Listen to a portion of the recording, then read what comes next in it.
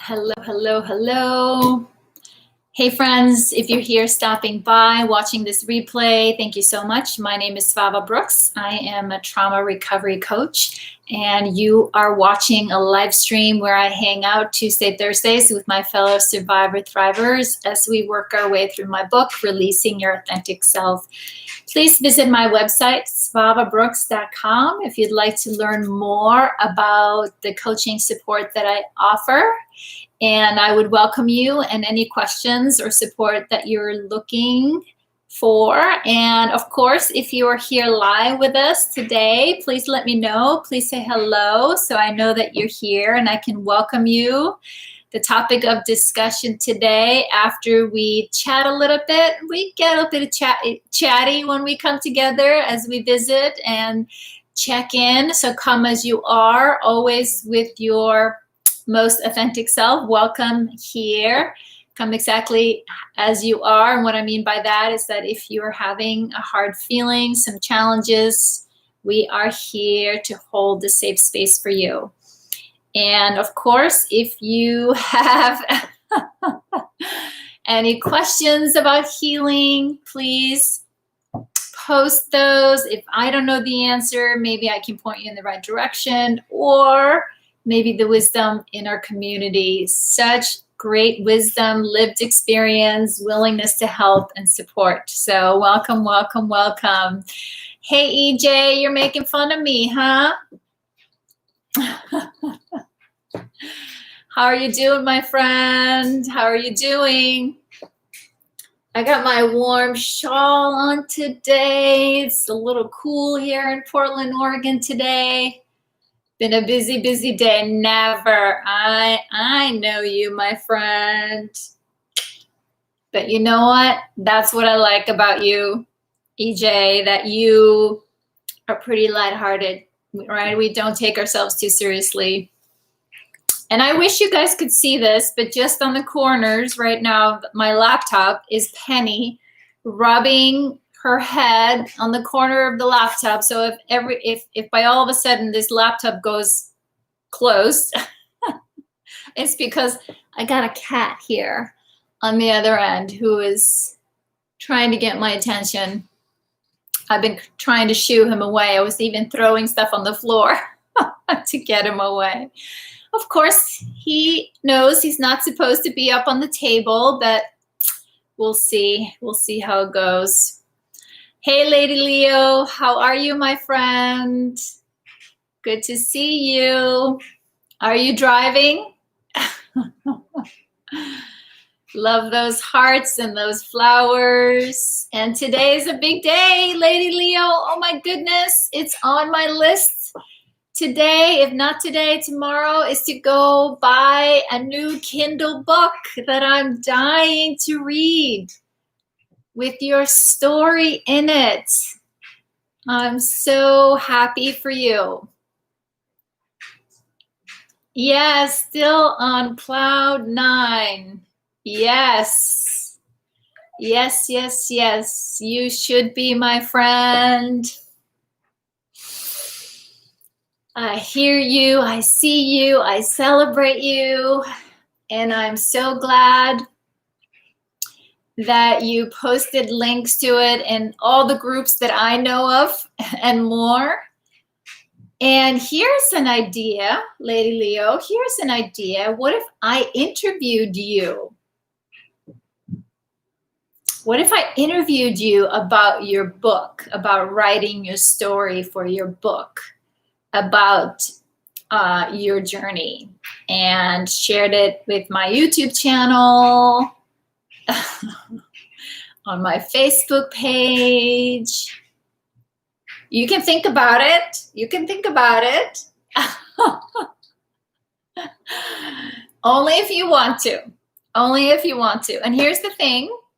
When we record chats, interviews, we can watch them. And then we can always cut out what we don't like.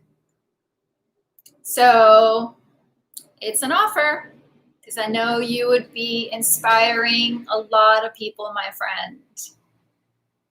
So you can think about it.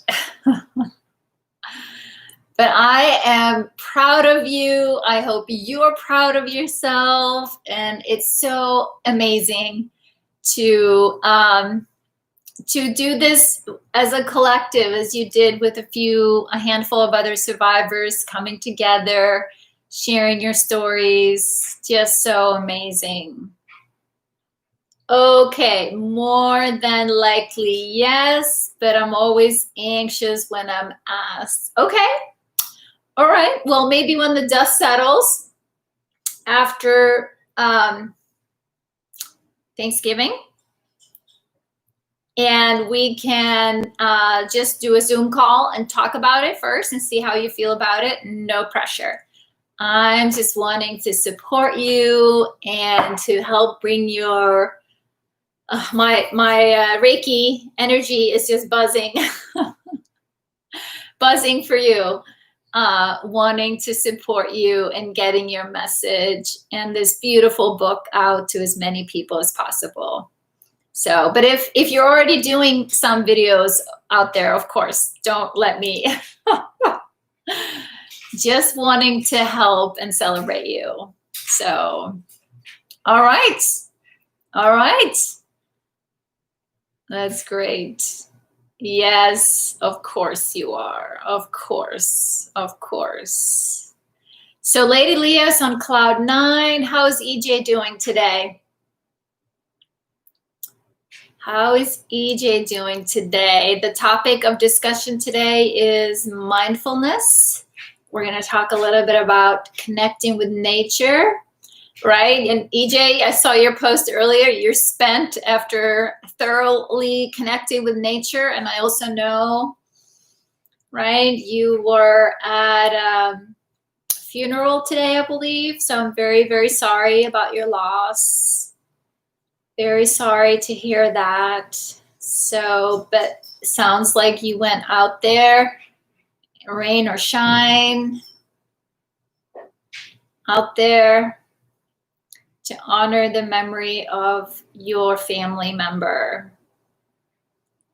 So if I was telling my adult daughters that yesterday, at the end of yesterday, I was like, this feels like Friday. I think just this Monday, I was back to back yesterday from like 8:30 on. And, you know, with the little breaks in between. But at the end of the day yesterday, I was like, oh, in a good way, in a good way. I love my work, but it was just like, wow, it's just a lot of intensity. And so Thanksgiving preparation and such. Okay, are you gonna settle down in here?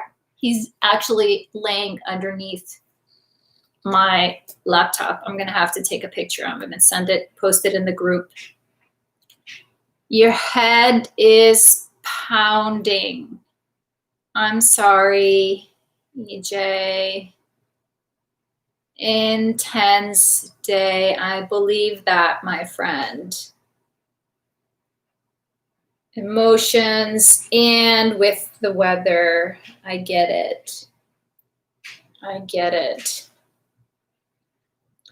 So I'm trying to take a picture of Penny, my assistant, right now laying literally underneath my laptop as I am here trying to chat with you guys. It's so funny. You're funny. Funny, funny, funny cat. Well, sweet friend.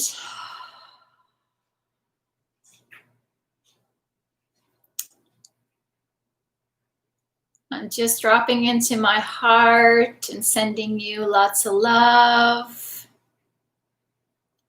Intense, intense day.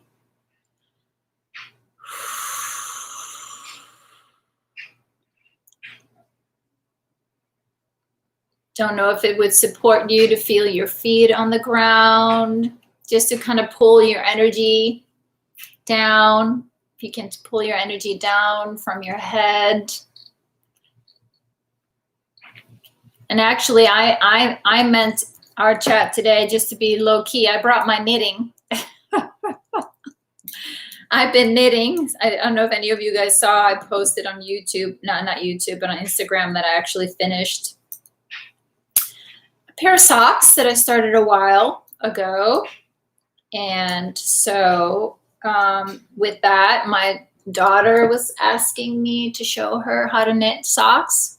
So I'm starting for her sock here. So I was just gonna, just like I did when I went to school when I was younger, I would sit and knit while the teacher is presenting. So, and I brought it as an example for mindfulness practice, because doing something with our hands, something creative, right? I'm trying to keep an eye on the needles. And this is why Penny chased me up on the table. He could see the yarn. So I took a little bit of yarn and threw it on the floor for him, but he is way more interested in the yarn when I pull on it when I'm knitting. So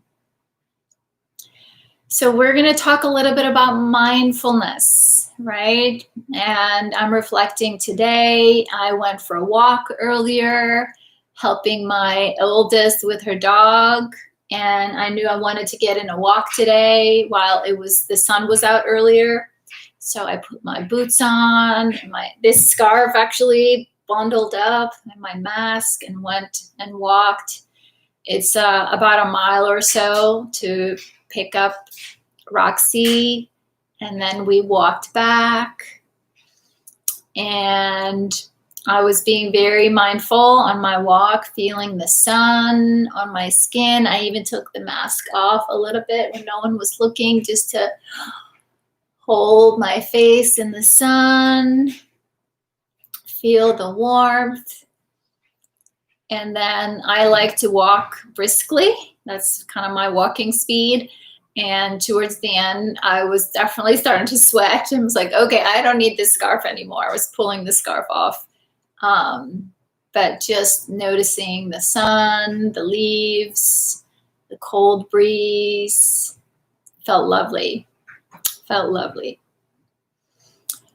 And if we just put out the definition of mindfulness, what is mindfulness?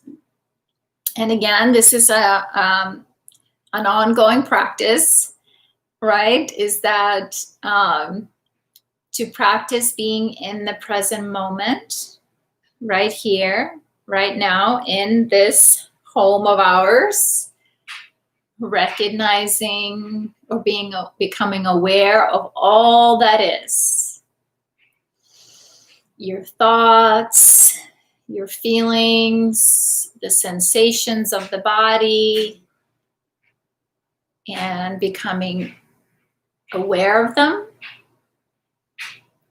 and just allow them to be, not to respond to what is happening automatically on the inside.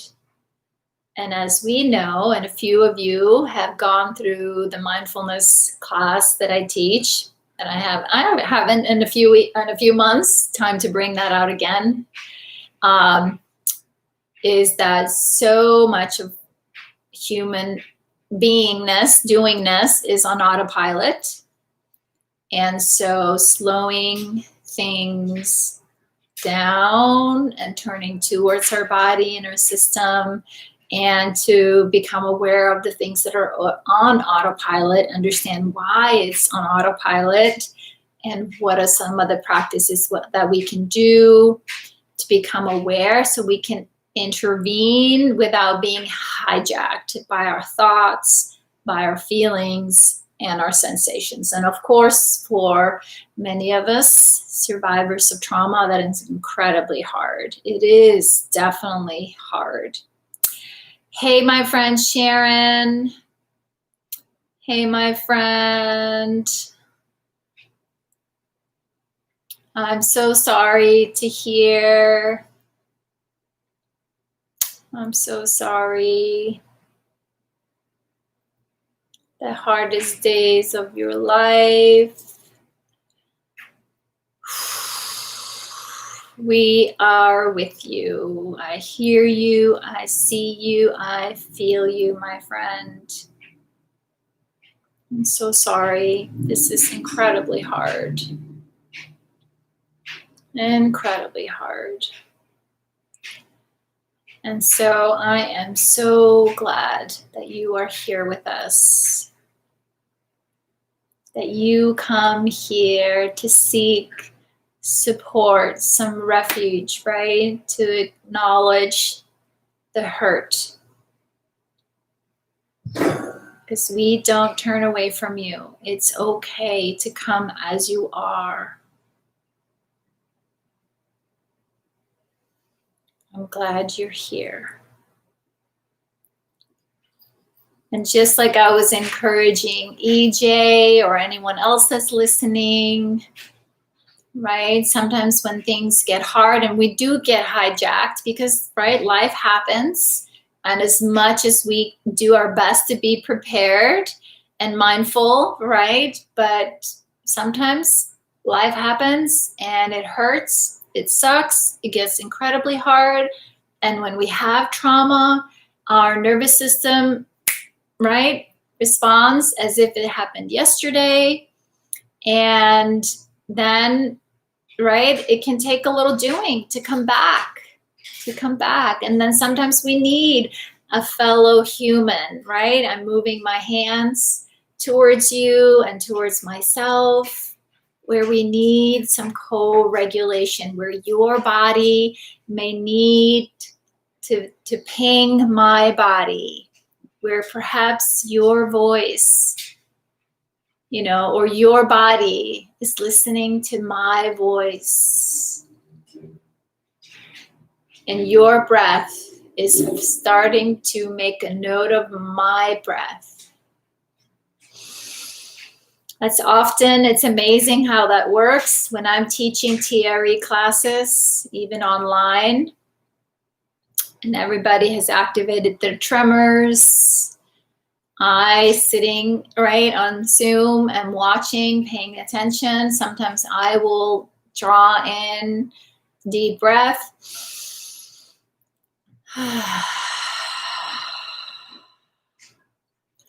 And I don't even know if everybody in the room or in, right, the Zoom room is noticed, but when I take a deep breath, a lot of their bodies will follow my breath. All of a sudden they are taking a deep breath. So me taking a deep breath, it's giving their body permission to take a deep breath. So, and again,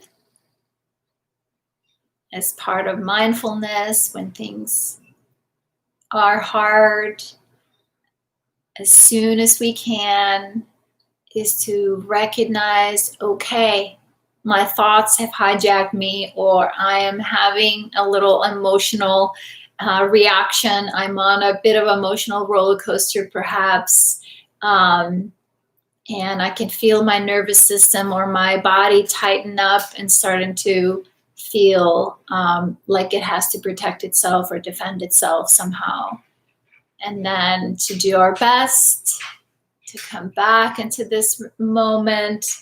I am a big fan of looking over my shoulders, looking back and forth, is to help this body know, because when we're stressed and tight, we get tight here.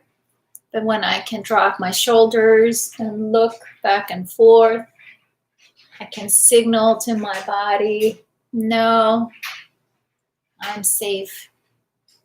I am safe now. And it may seem like a very little thing, like it won't work, but you'd be amazed.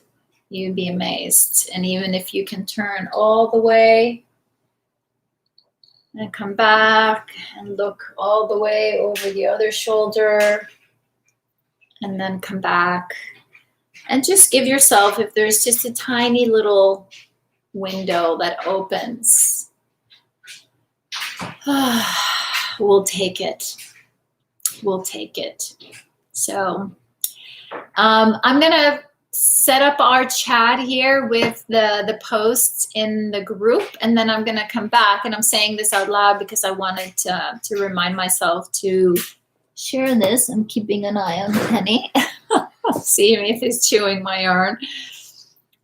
is that I had a really good conversation last night with my son about his anxiety and mindfulness. And I talked to him earlier and asked for permission to share it with you guys, because you might be able to relate, and some of it maybe might give you some ideas to try. So, but here in our Facebook group, let's see here.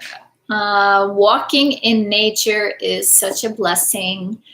The mindfulness of it helps me to focus on my body and not my head that can be easily distracted by a zillion thoughts and ideas racing through my mind. Walking mindfully trains my overactive brain to pay attention to my body and my surroundings. And the two questions that I asked in the group: how do you plan to connect with the peacefulness of nature this week? So I'm encouraging you to make a note of it for this week. And what a perfect week, right? In many places in the world right now, for many of us, things are on lockdown, or we are being asked to minimize social hangout. But I think in most places, we are still allowed to go out for exercise, to go for a walk. And as we are, many of us, feeling more isolated, doing less social connection, which is what helps many of our bodies, as I mentioned, to self-regulate. How can you use your connection to nature? Practice being connected to nature when you go out for walks, and think about when can you plan some walks this week. And then the second question was, what is your favorite way to practice mindfulness? And I shared with you guys, one of my favorite ways is actually through walking, being intentional. And I think for me, the more I got connected with my body, the more I was curious about recognizing the ways that I was connected, because I had a really powerful story in my head, and I don't know if I'm the only one, that I was not connected to anyone, that I was alone, no one cares, why bother, right? And I was so good at focusing on like that I wasn't connected, no, like out here. So for a while, I was very intentional to look for the evidence of connection, because I wanted to practice that. I really wanted to focus on, what does it feel to connect? What does it look like, sound like, right?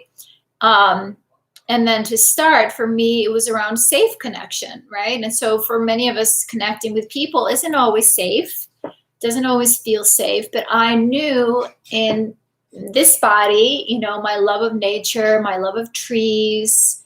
So being very intentional, going out there and remind myself, what does it feel like to feel this connection with the trees that I often talk about? Friends, trees are my friends. And I will, as I walk by them, often put my hands on the tree trunks and just stand there for a minute, feel their energy, say thank you for their important work here for us humans on this planet, and just, you know, for standing strong, home to so many creatures, right? So in a way that feels meaningful to me was to connect with nature in that way. And it you know, the more I did it, the more precious it felt and more meaningful. And I think really helped me to feel grateful and you know, for the connection, and also really kind of solidify for me, what does connection or being connected feel like, sound like, right? And then also being mindful, recognizing that the peaceful aspect of just noticing in the moment, connecting, yes, but coming back to my presence, right? Just in this moment. And nature often provided the safety that I was craving to do that. And I remember as a teenager, I often would pack up a backpack and just go for the weekend and go camp somewhere up in the wilderness that I could walk to from. I lived a little bit outside the city. So in Iceland, just find a stream and literally just walk up into the mountains and find a spot to camp for the night by myself. So Lady Leo shared with us today her comment on mindfulness and her plan to connect this week. She shares, I don't generally go on nature walks, but love nature. I enjoy sitting on my porch, watching the birds soar, noticing the trees in the slight distance. It's calming and relaxing for me, and it helps me to stay in the present. Beautiful, Lady Leo. I can so relate. I can so relate, my friend.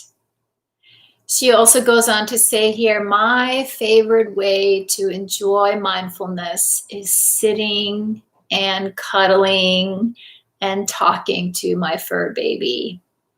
Beautiful. Beautiful, my friend. I like that too. And as you guys have learned, right, our fur baby group is getting bigger, right? More fur babies that have joined this family. So such joy. Thank you, Lady Leo.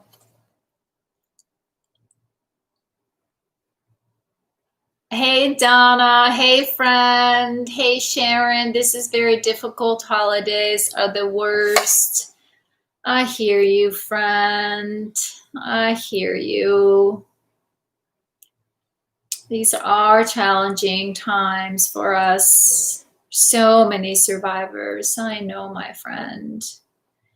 I know. Glad you are here with us. Yes, this is not an earthquake. If you're watching my camera, it is literally Penny. Like I said, he's on the other side of my computer insisting to be here. So I'm just glad he isn't closing my or pulling down my computer, because he could have done that when he was literally pushing his head up against my computer. So thank you for sharing, Lady Leo. I appreciate it a lot. So the topic here, if you're just joining us, we're talking about mindfulness. And from our book today, the suggestion was, how can you plan a peaceful walk in nature? And while you're out walking, right, practice mindfulness. Practice mindfulness. And I love to add more and more things into my life and my self-care routine that bring me joy and bring me mindfulness. Like I said earlier, I got my knitting right here. I've been knitting. I'm starting another pair of socks for Sabrina. Since I finished the ones that I had started a long time ago. I need to put on my glasses, you guys. You can't laugh at me here. So I got to see what I'm doing. I look like my grandma now, right? So, but just sitting and knitting, I have to kind of pay close attention here because it's knit and purl. But after this part, I can literally just sit and knit and watch a movie or listen to an audiobook. And so this is a great mindfulness practice, guys. And it's so funny, a few of my girlfriends in Iceland, I was super proud when I sent them the picture of my socks finished. And they were like, oh my God, Svava, I don't know how to knit. And I said, hey, we went to the same school. We took the same classes growing up. And it's like, yeah, we learned from the same teachers. And they were like, well, it's been a long time. But a couple of winters ago, I think it was, I decided I wanted to pick it up again. And it always, when I start knitting, it reminds me how much I enjoy doing it. And what a great mindfulness practice that is. See, slowly making progress here. And that's the fun part too. Kind of quickly see you're making progress.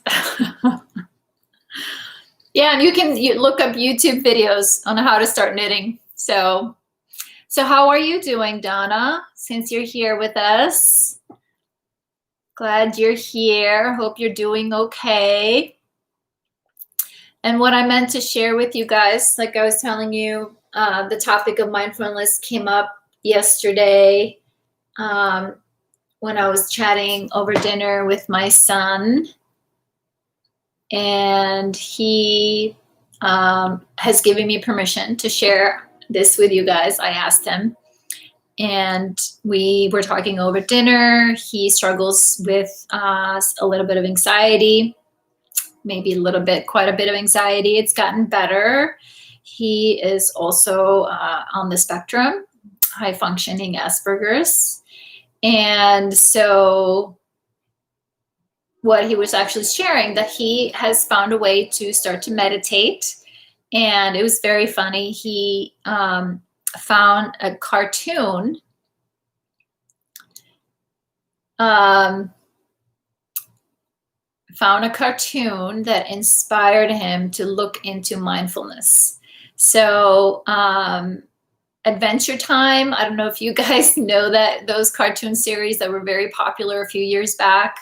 The creator of that series actually created a Netflix special that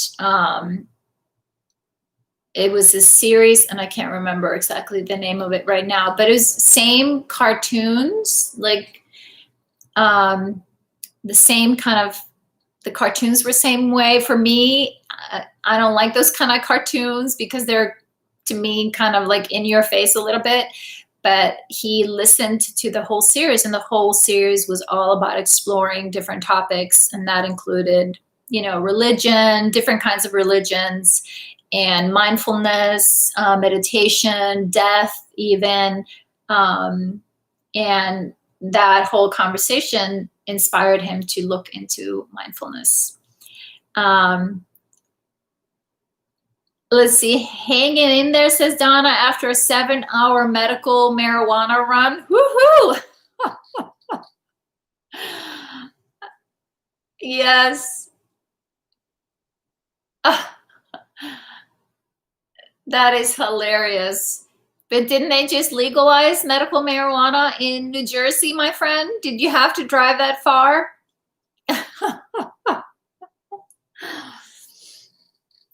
Well, I'm glad you're home safe.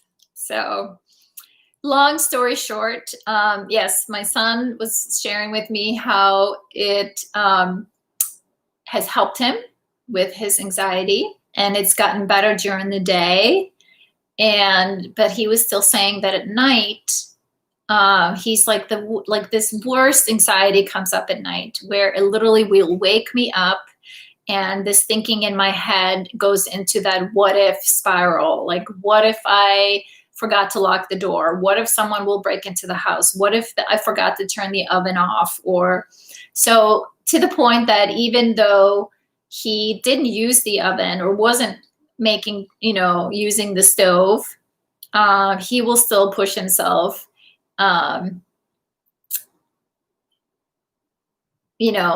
of bed to go check the oven or go make sure the doors are locked. Your area hasn't gotten the message, Donna. I get it. It takes some time. So I'm sorry to hear you had to drive that far. I was about, when you said 7-hour drive, I was like, was she driving for turkey? Was he looking for Thanksgiving special food or something? Medical marijuana. That is hilarious. That is hilarious. So anyways, yes. So we started talking about, his anxiety and what he could explore. And what I have learned about my son is that when he shares and is problem solving, I'm not the expert, that he is the expert on what's going on with his body and his mind and his feelings. Right? As a mom, I cannot coach my own child, right? But I can certainly, model. And we just started earlier, we talked about co-regulation. What I do is that I really make sure I sit back in my chair. I really relax my body, right? I slow down my breathing. I open my shoulders, like I really kind of expand my presence with him and want him to know that I'm really listening, that I'm really paying attention. And with my relaxed body, I'm wanting to convey the message to him that this body trusts, that this body here, his body knows the best thing for him to do, like the answer. And so we kind of talked about it a little bit. And then I gave him a couple of questions just to be curious. And so, like with so many of my clients and for myself, when I get this, I don't want to say aggressive thought or this pressure or tension or, critical thinking, I will often turn towards it. It's like, I wonder why it's here. I wonder why it's here. Right? Wonder why it's here. And so I just said that to him. It's like, I wonder why it's here. And I think it's interesting. It comes up at night. What, is there a part of you that doesn't feel safe at night? That's interesting. So we just started talking a little bit. And then I also just gently reminded him of the mindfulness practice that he's been doing and what he's been learning about mindfulness and going on autopilot.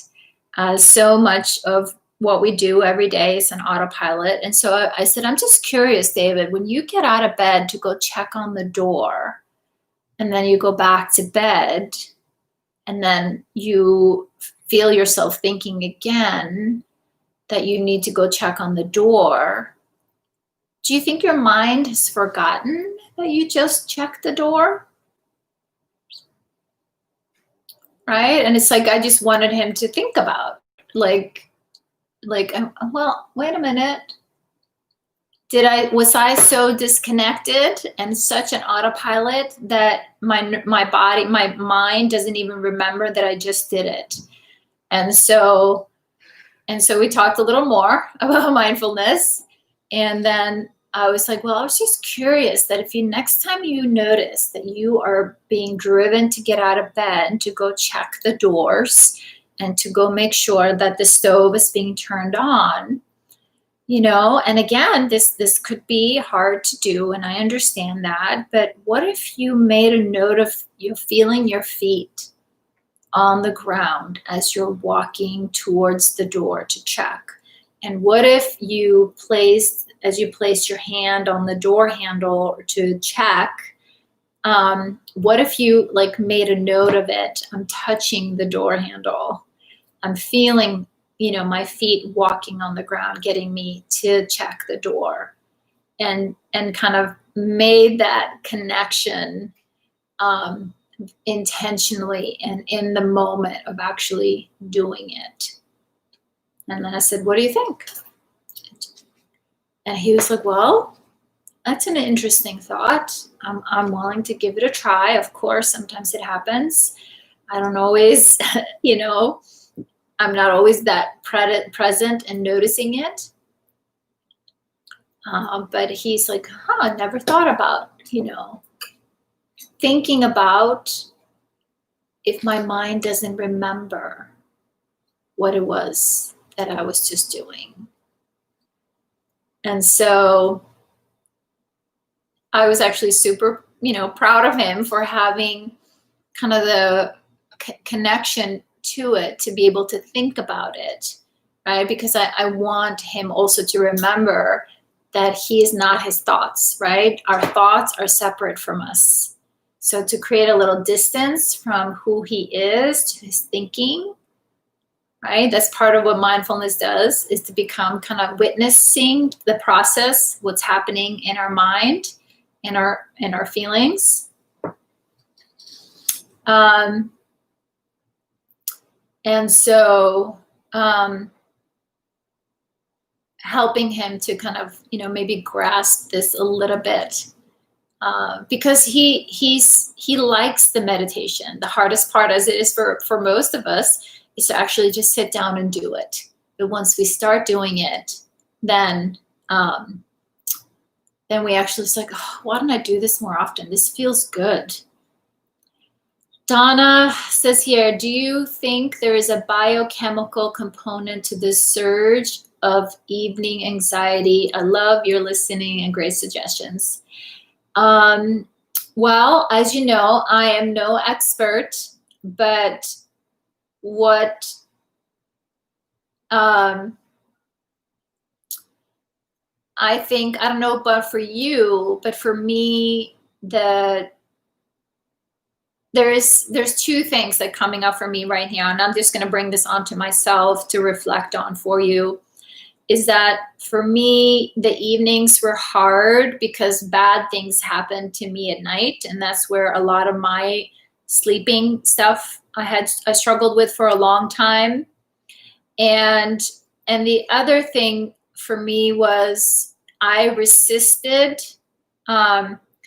going to sleep, and you may be able to relate to this, is that because it wasn't safe. And so when we go to bed to help the body go into rest and digest, to activate the part of our nervous system that naturally goes online to help us fall into sleep, there's a part of your nervous system that gets activated, right? It's like the brake gets put on, but for this body, or for some of our bodies, when the brake gets put on, the gas pedal is also being pushed.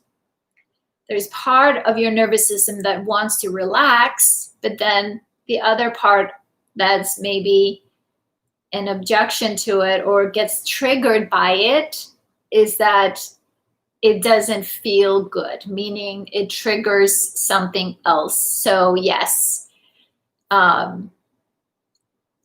And we know, right, the chemical, really, we are just the soup of chemicals.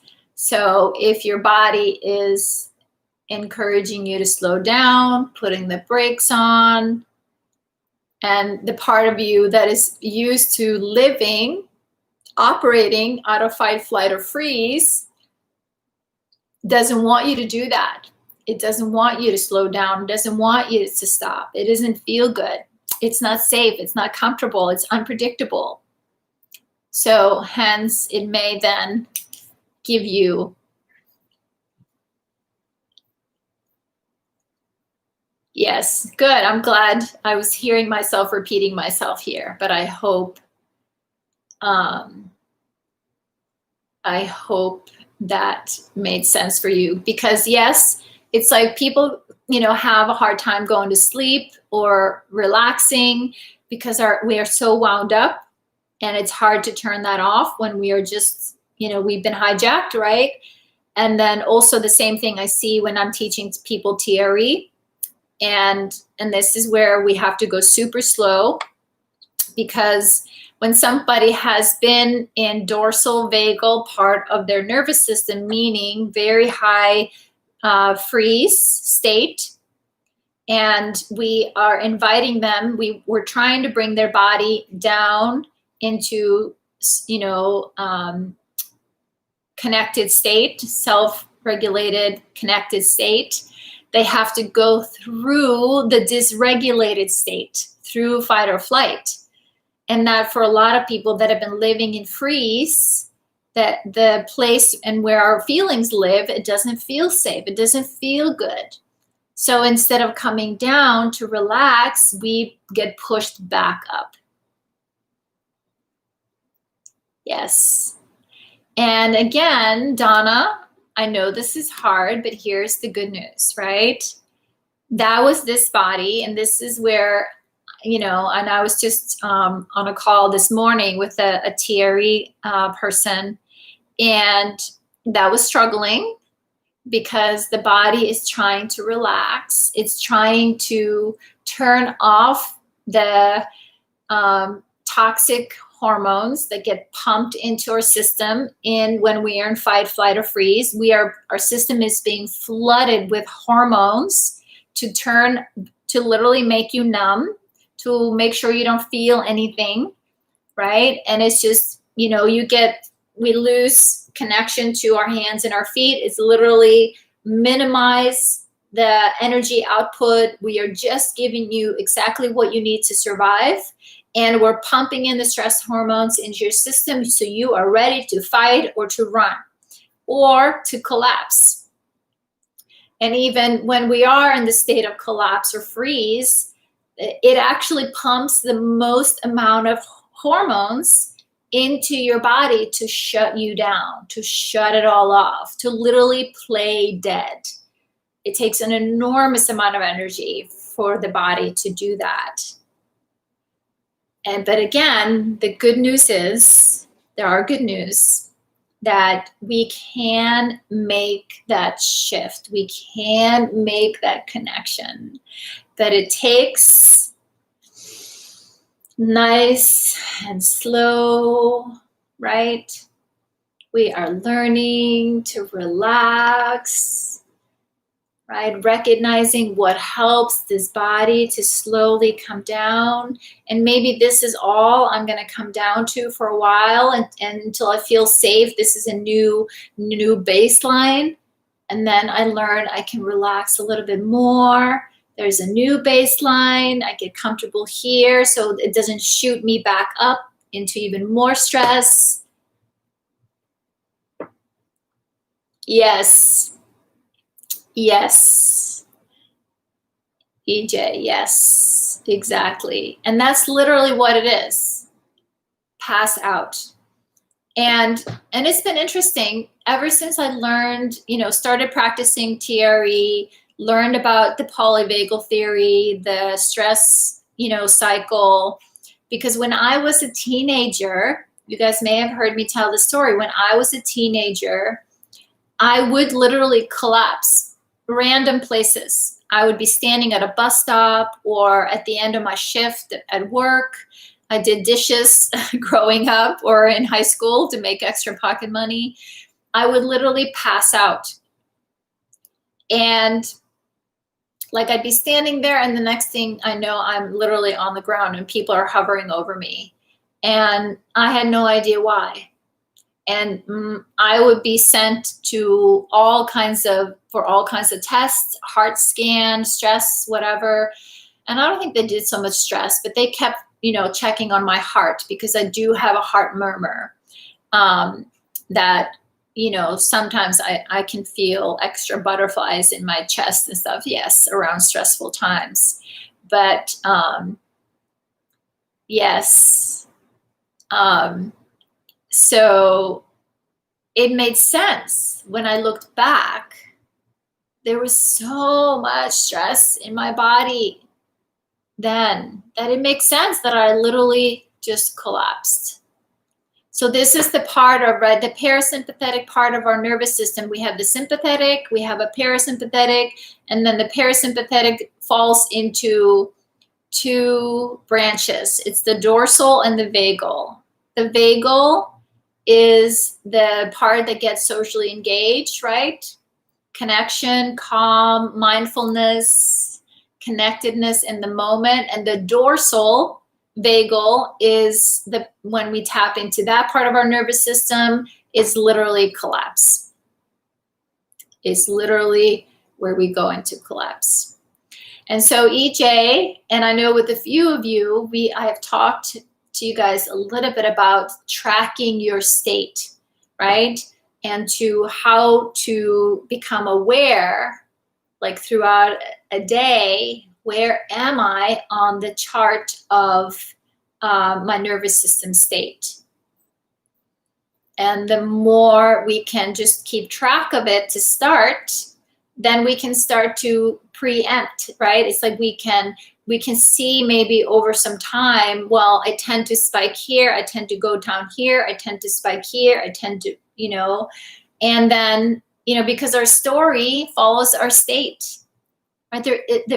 It isn't a mystery, really, how, right? Like the story that we tell ourselves when we feel we are in collapse or we are in highly activated sympathetic arousal, right? And so we learn to be this way. Your body and nervous system is highly efficient, highly effective, and it's always keeping you safe. It's always preserving energy. So EJ, when you said I fell asleep at some point, passed out from my day, it makes sense. Your body's going like, time out. We can't. And what consumes a lot of our energy is our mind. Our mind consumes a lot of calories. And what I was going to say again, and this where I notice when I'm not getting my healthy fats in my diet, the avocados and the coconut oil or the peanut butters, my brain likes it when I make sure I get my healthy fats in. It's for my mind, not for my hips. So Donna says, have you heard of glimmer moments as it relates to the polyvagal theory? I heard this lady refer to that and mentioned is a part of theory. I may have heard it. I can't recollect right now. I'll look it up. But I don't know what's that referring to. Glimmer moments. But you guys may be noticing, right? The whole world is kind of waking up to polyvagal theory and what it does, how it works. And so much of it is very helpful for us to understand. I actually had a really beautiful conversation today with my mom about it because she works with kids on the Asperger spectrum and, autistic adults and children. And so much of her work is to support the parents of children like my son. And she was telling me even today, it's like, it would help a lot of parents to understand, right? Because so much of the behavior that shows up is considered as bad behavior or non-compliant or whatever else category people want to label these kids. But it's really, they're so stressed out. Their bodies are just responding from a place of fight, flight, or freeze. And when they're in that place, of course, they're not going to listen to. And when you, the person, the caregiver, you coming, like I said, and I was telling you guys a little bit earlier why I make it a point when I'm with my son to be really relaxed in my body And so he can feel that I accept him and I see him, and I don't want to, with my intensity or my anxiety, worry over him. I kind of bring up his anxiety even further. So, yeah, my mom is looking for ways to bring this conversation to the people she's supporting right now. So,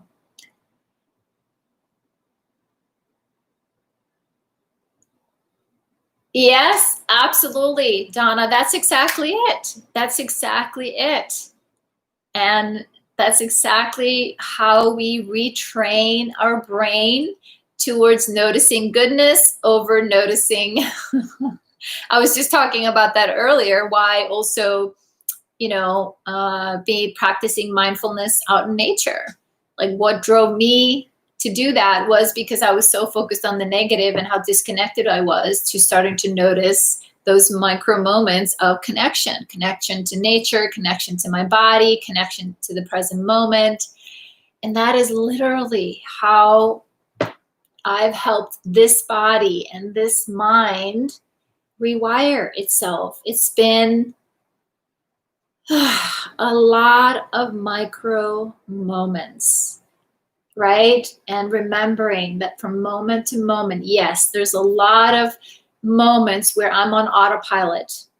But when I'm aware, okay, in this moment, I'm choosing,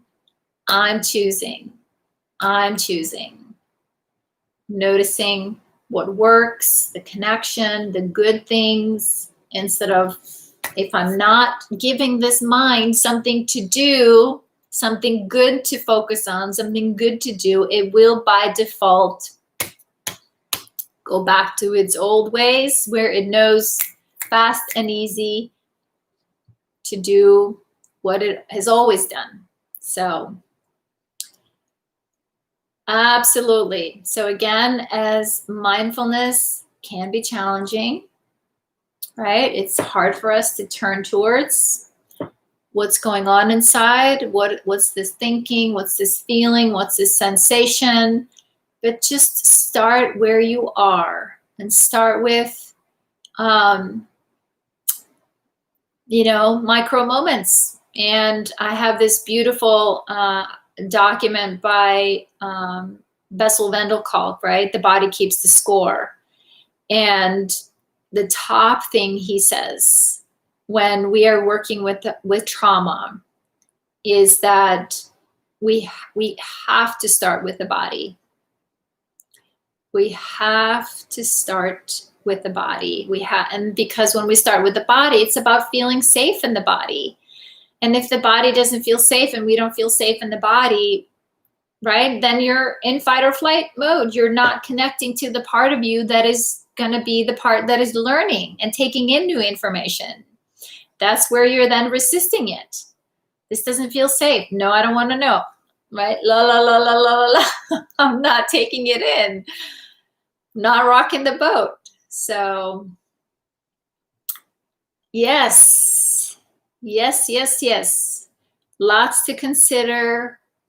And a lot of those micro moments, right? It doesn't feel like it's going to matter or make a difference, but it does. It does. And one day you're out there driving or you're having a conversation, then all of a sudden you'll be like, oh, wait a minute. It's been a while since that old habit showed up, or that thinking pattern, or that I've felt so bad or horribly about myself, or whatever, your challenge might have been.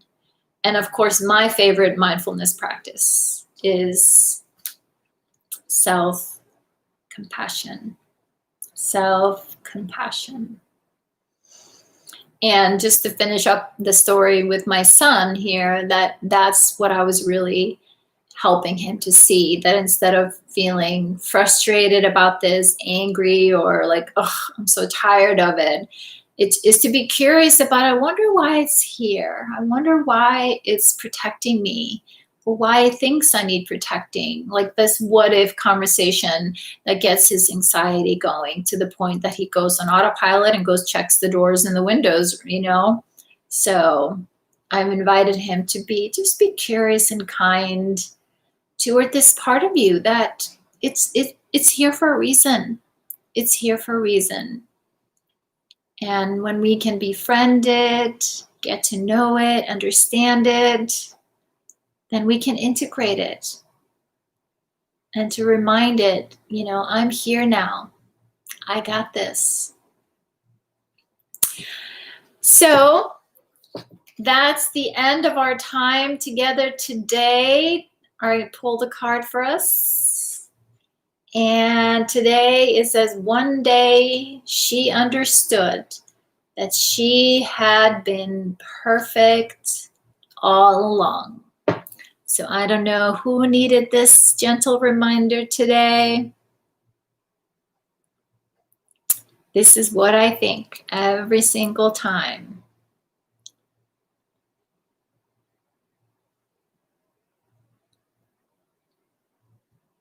When I sit in front of another survivor.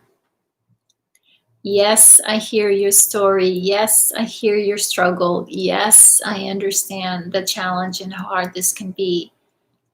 But what I see is your perfection. And that no matter what you think, you are perfect. And you have been perfect all along.